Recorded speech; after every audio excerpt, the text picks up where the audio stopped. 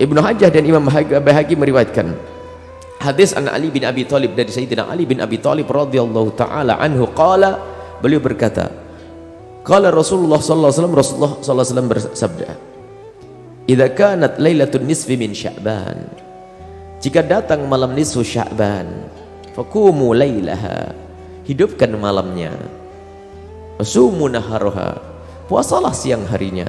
Masih ingat puasa Sya'ban semuanya boleh, sunnah. Puasa nisfu Sya'ban juga boleh, bukan jadi bid'ah.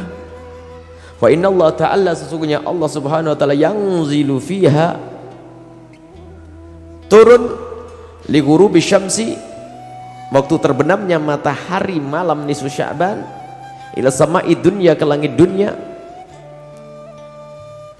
Fayaqulu, kemudian Allah menyeru, bukan Allah turun dengan zatnya lalu pindah dari tempat ke tempat.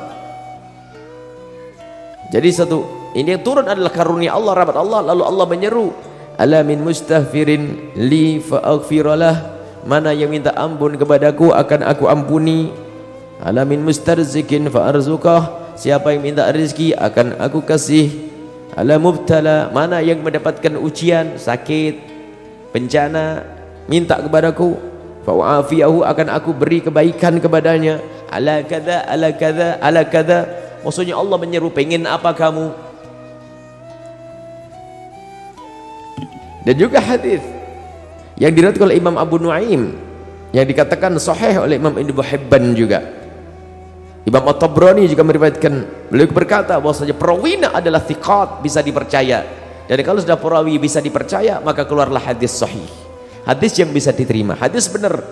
An Mu'adz bin Jabal, dari Sayyidina Mu'adz bin Jabal. Dan ini hadis, mau tidak mau orang yang suka membid'ahkan malam nisfu Sya'ban pun harus mentasih. Kenapa? Mereka kadang-kadang mentasih itu adalah di saat tidak ingat permasalahan, khilaf antara kita dengan mereka, bisa mentasih hadis. Tapi di saat tahu hadis itu menguntungkan kita, kadang-kadang mencari bagaimana agar hadis ini jadi dhaif. Ini kan kurang jujur di dalam mentasih hadis. Jadi kalau sudah tahu hadis ini dipakai oleh kita, dicari siapa yang melemahkan hadis ini. Ada sebagian yang tidak jujur seperti itu, sehingga muncul dari mereka itu tanaqudot, pertentangan. Suatu saat mengatakan hadis ini sahih, di kitab lain mengatakan hadis ini dhaif. Hadis ini sahih di satu kitabnya, tapi di kitab lain adalah hadis dhaif. Sahih dhaif, pertentangan.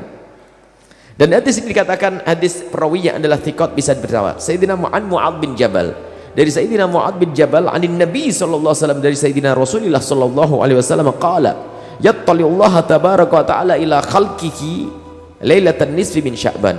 Allah akan melihat secara khusus, setiap saat Allah melihat. Tapi kalau sudah dikabarkan secara khusus, tentu pandangan atau Allah melihat dengan pandangan khusus. Hari ini Allah melihat kita, saat ini Allah melihat kita. Tidak ada yang tersembunyi dari pandangan Allah. Setiap saat Allah melihat kita. Akan tapi di saat dikukuhkan dengan satu sabda Nabi atau firman Allah, maka ini adalah penglihatan yang khusus, yaitu ada di malam nisfu Sya'ban. Kemudian di saat itu Allah fayaghfiru li jami'i khalqi, Allah akan mengampuni semua makhluknya.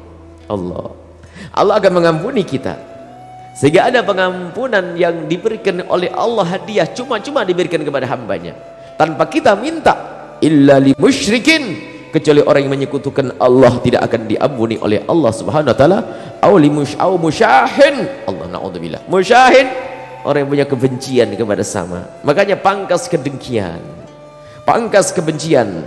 Sepanjang Isra Mi'raj, bulan Rajab, kisah Isra Mi'raj selalu kami arahkan khusus membahas tentang membersihkan hati, agar kita tidak punya kebencian kepada sesama.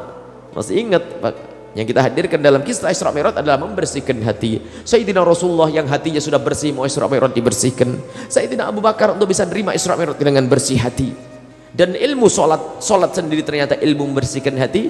Maka kalau sudah bersih hati, tidak ada dendam kepada sesama, tidak ada permusuhan kepada sesama, masuk bulan Sya'ban, masuk nisfu Sya'ban, tergolong orang yang diampuni oleh Allah subhanahu wa ta'ala, karena dia bukan orang yang musyrik menyekutukan Allah, dan dia juga bukan orang musyahin yang punya kebencian dan kedengkian kepada sesama.